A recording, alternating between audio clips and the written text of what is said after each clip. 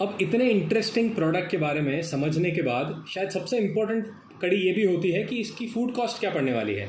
तो अब नज़र डालते हैं इस चाय पत्ती की फूड कॉस्टिंग के बारे में। तो अगर मैं जानूं कि 1 किलो जो चाय पत्ती हमारे अलग अलग फ्लेवर्स की चाय पत्ती है, इसका रेंज होता है 400 रुपये से लगा के तो 450 से 470 रुपये के आसपास। अलग अलग कुछ बेसिक हैं, कुछ फ्लेवर हैं, कुछ प्रीमियम चाय है। तो 400 से लेके तो 470 रुपये तक की आपको चाय मिलती है। अगर मैं एक एवरेज पॉइंट पकड़ूं तो 1 किलो चाय अगर आपको 450 रुपये की पड़ती है, 1 किलो चाय के अंदर आप अमूमन 200 कप चाय बना सकते हैं, क्योंकि 1 कप चाय के अंदर सिर्फ 5 ग्राम चाय पत्ती ही जाती है। तो 1 किलो के अंदर आप 450 रुपये वाले कप, जो 1 किलो का चाय पत्ती पड़ती है, उसके अंदर आप अमूमन 200 कप चाय आप बना सकेंगे। अब ये अगर 1 कप के कैलकुलेशन के हिसाब से समझना हुआ तो इसके अंदर जाता है मिल्क अगर 80 ml का अगर हम कप मानते हैं तो करीब 40 ml के आसपास इसके अंदर हम लोग डालते हैं दूध। अभी अमूमन 50 रुपये लीटर के हिसाब से अगर 40 ml के दूध की बात करें तो करीब 2 रुपये का दूध हो गया। फिर इसके अंदर जाता है शुगर अमूमन 50 पैसे का मान लेते हैं।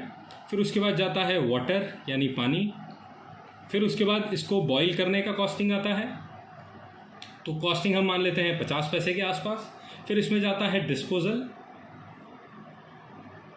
डिस्पोजल करीब 50 पैसे से 1 रुपये के आसपास की कॉस्टिंग जाती है। तो कैलकुलेशन के पर्पज़ से अपन 1 रुपये मान लेते हैं। और सबसे इम्पॉर्टेंट इंग्रेडिएंट चाय पत्ती, तो इसके अंदर जो 5 ग्राम चाय पत्ती जाती है तो उसकी अपन कॉस्ट मान लेते हैं एवरेज 2.5 रुपये के आसपास। 5 ग्राम चाय पत्ती 450 के हिसाब से करीब 2 रुपये के आसपास होती है। हमने 2.5 रुपये के कैलकुलेशन के हिसाब से इसको रख लिया है।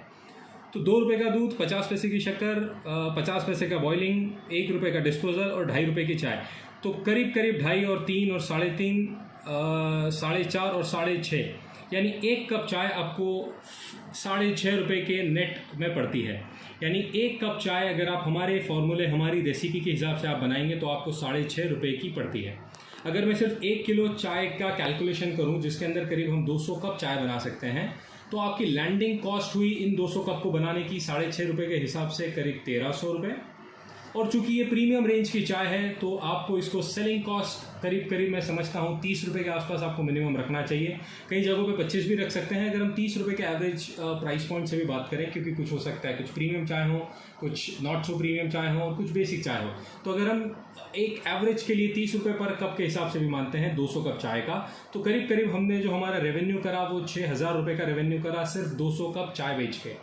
200 कप चाय बेची हमने, 6,000 रुपये का रेवेन्यू करा। इसमें लगने वाले लैंडिंग कॉस्ट का 1300 रुपये अगर हम माइनस कर देते हैं तो 4,700 रुपये का आपको प्रॉफिट मिल सकता है सिर्फ 1 किलो चाय के ऊपर। यानी 1 किलो चाय के इन्वेस्टमेंट से आप आपके 1300 रुपये के इन्वेस्टमेंट को 6,000 में कन्वर्ट करके 4,700 रुपये का रेवेन्यू जनरेट कर सकते हैं।